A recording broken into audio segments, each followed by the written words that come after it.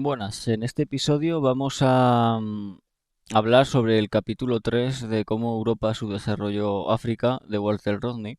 El capítulo se llama La contribución de África al desarrollo del capitalismo en Europa, el periodo precolonial, y se divide como en dos partes, la 3.1 y la 3.2. Vamos a empezar ahora por la 3.1, que es cómo Europa llegó a ser el sector dominante del sistema mundial de comercio. Aquí Rodney dice lo siguiente. Comienza este capítulo desmontando una idea muy arraigada en la historia colonial, la noción de que Europa siempre fue el centro del mundo. Antes del siglo XV, Europa era una región atrasada si se la comparaba con civilizaciones como la China, la India o la islámica. El centro del comercio mundial no estaba en Europa, sino en Asia y África. También formaba parte activa de este sistema. África tenía conexiones comerciales transsaharianas con el mundo árabe y rutas costeras en el este, especialmente en las ciudades suajilis. Cuando Europa comienza su expansión marítima en el siglo XV, no descubre un mundo vacío, sino que se inserta en redes existentes, y lo hace no como igual, sino como fuerza agresiva mediante el saqueo, la guerra y la esclavitud. Rawlinson tiene que el desarrollo del capitalismo europeo fue posible por la acumulación de capital obtenido a través del saqueo externo. Y en ese proceso, por desgracia, África fue una víctima clave. Europa capturó oro en África occidental, por ejemplo en regiones como Ghana o Mali. Se hizo con el control del comercio marítimo y inició la trata transatlántica de esclavos, que permitió el surgimiento de las plantaciones en América. La lógica del capitalismo europeo emergente consistía en extraer riqueza sin desarrollar a las regiones de origen de esa riqueza. El resultado fue una inserción desigual en la economía mundial. Europa acumulaba capital mientras África era desorganizada, despoblada y saqueada. Rodney deja claro, no fue que Europa se desarrolló mientras África no lo hacía, fue que Europa se desarrolló a costa de África. Y ahora continuamos con el 3.2. Bueno, en los comentarios ya me diréis si lo hago más corto, más lento, más lo que sea. No sé, estoy probando a ver diferentes tipos de resúmenes después de leerme los episodios. Bueno, los capítulos, perdón.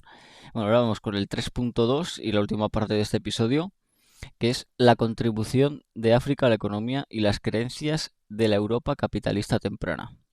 En este segundo apartado, Rodney explica que África no fue solo fuente de recursos y personas esclavizadas, sino que también desempeñó un papel decisivo en la construcción ideológica del capitalismo europeo. Desde el punto de vista económico, los datos son claros. El comercio de esclavos proporciona mano de obra gratuita para las plantaciones en el Caribe, Brasil y América del Norte. Las materias primas obtenidas gracias a ese trabajo, como el azúcar, el algodón, el tabaco, enriquecieron enormemente a Europa. Y esos beneficios fueron reinvertidos en el desarrollo industrial, sobre todo en Inglaterra, donde aceleraron el crecimiento de la banca, del transporte, la manufactura y el comercio global. África fue parte central de esa maquinaria, ya que aportó trabajo, aportó oro y aportó mercados cautivos. Pero además, Rodney subraya un elemento político y social igual de importante: el papel de las élites africanas colaboracionistas.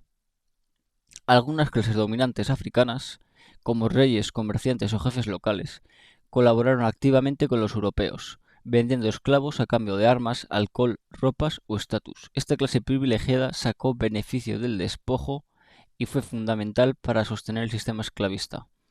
Rodney aclara que esto no responsabiliza a África como un todo, pero sí muestra que su desarrollo fue facilitado por divisiones internas aprovechadas de fuera. Y finalmente Rodney pasa de hablar del plano más social y económico a hablar un plano un poco más ideológico, ya que Europa construyó toda una versión del mundo en la que los africanos eran considerados inferiores por naturaleza, y para justificar la esclavitud, el saqueo y la dominación, Europa necesitaba retratar a los africanos como salvajes, incivilizados, no humanos o al menos no completamente. Así se fue generando un discurso racial estructurado, en el que el blanco era sinónimo de civilización, modernidad y razón. El negro era sinónimo de barbarie, atraso e irracionalidad. Esta ideología no fue un simple prejuicio, sino una necesidad funcional del sistema capitalista europeo. Esto es muy importante. Europa no solo necesitaba oro y esclavos, necesitaba sentirse superior moralmente y culturalmente para poder justificar todo lo que hacía en África. Y Rondi concluye que África no fue solo saqueada económicamente, sino que simbólicamente denigrada, y que el racismo moderno nace precisamente en esta etapa, como parte de la expansión del capitalismo. Vale. Y ahora vamos así como con las conclusiones que he sacado yo después de leerlo así muy grandes rasgos, así como para acabar de complementar. Y sobre todo es que Rondin desmonta dos mitos súper importantes, que es que África no tenía historia o desarrollo antes de la llegada de los europeos, cosa que es mentira.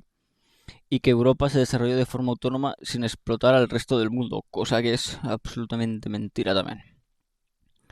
Y en realidad el ascenso europeo fue posible gracias a la destrucción sistemática de otras regiones, especialmente África. Y esa destrucción no fue solo física, sino también económica, social e ideológica. El subdesarrollo africano, según Rodney, no es una condición natural ni una mala suerte histórica, es el resultado directo de un proceso planificado y prolongado de despojo. Y con esto, gente, nos despedimos y espero veros para el siguiente vídeo, que será el resumen del capítulo 4 de este grandioso libro.